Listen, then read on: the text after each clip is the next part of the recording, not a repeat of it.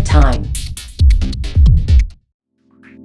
Hey YouTube, today we've got the Inteliscope sighting system unboxing. This system allows you to attach your iPhone to any weapon with a Picatinny rail and use it as your sight.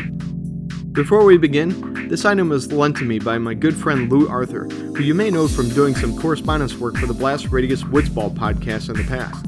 So I'd like to thank Lou for sending me this model to do this unboxing. Without further ado, let's jump in and check this thing out.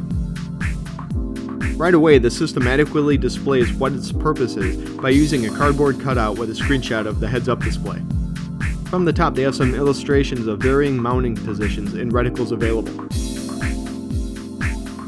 The right side covers device compatibility. The back of the box lists some of its physical features. The packaging is okay and does the job, but it's not impressive or give the feeling that it protects the product that well. The left side of the box lists some of the app's software features. The bottom of the box goes more in depth into the software and covers the functionality of the system. As we open it up, we can see the adapter is attached to a cardboard Picatinny rail, which is pretty cool and gives you an idea how it would work.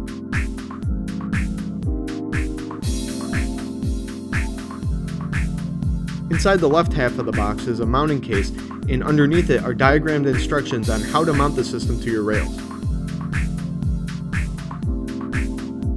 Inside the right half, we see another mounting case with illustrations on how to attach the mounting case to the rail adapter.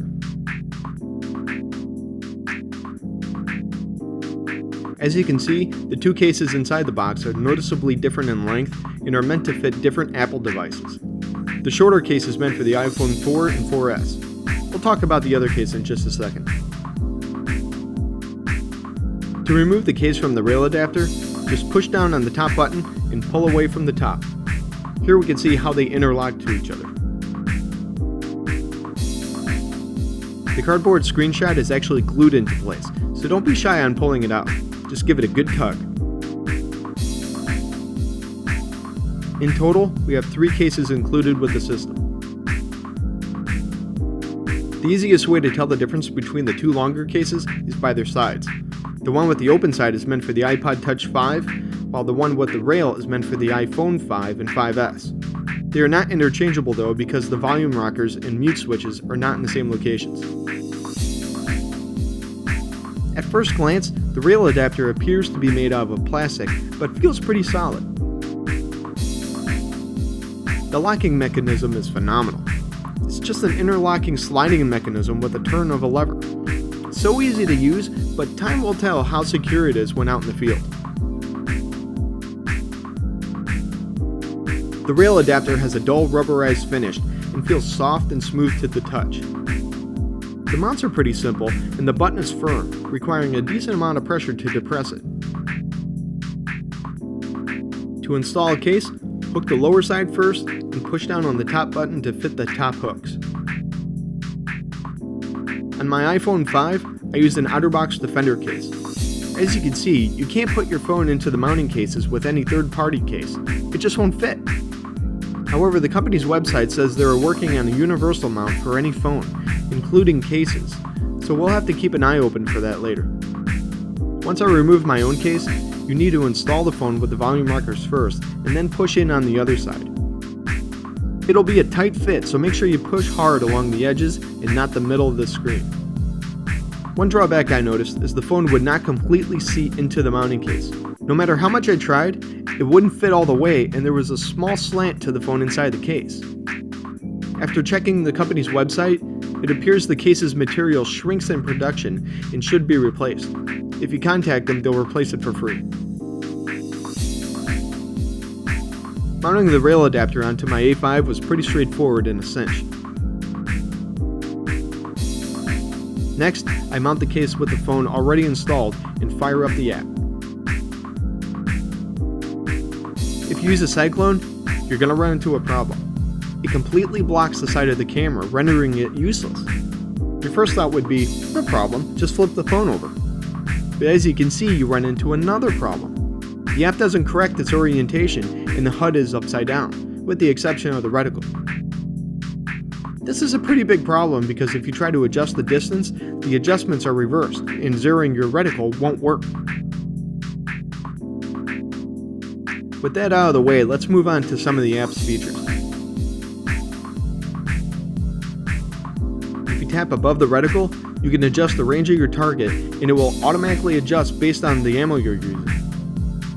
You can change the light from constant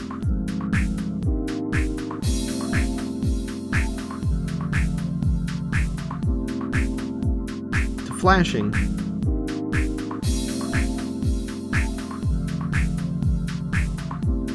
or turn it off. Timer function. From the loadout menu, you can change your ammo type or reticle type.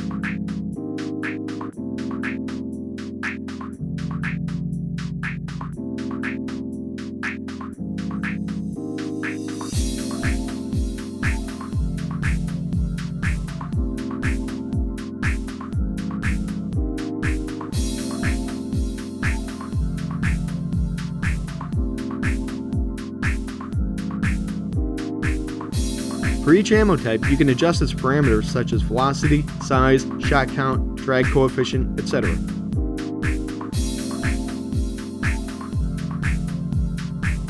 You can even access movies you've recorded.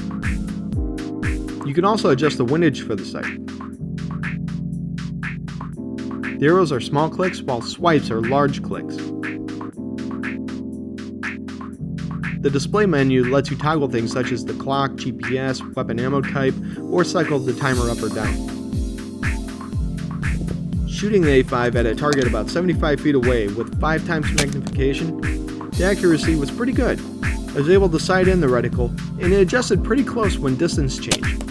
However, beyond 75 feet, I would say the sight is pretty much useless simply because of the limitations of the camera. So in conclusion, I thought this was a very interesting setup and it has potential. For paintball, I think it's impractical. It doesn't offer the phone any kind of protection from getting hit, and electronics are not exactly disposable devices. The phone's optics are limiting because most engagements occur between 75 and 150 feet. At those ranges, the phone's camera just can't give an ideal sight picture for the user. On top of that, the software will only configure itself to one orientation as well. If you side mount or flip the phone over, the software will not adjust the HUD or take that into consideration when zeroing out the reticle. For that kind of money, you'd be better off with a traditional optic like a scope or red dot.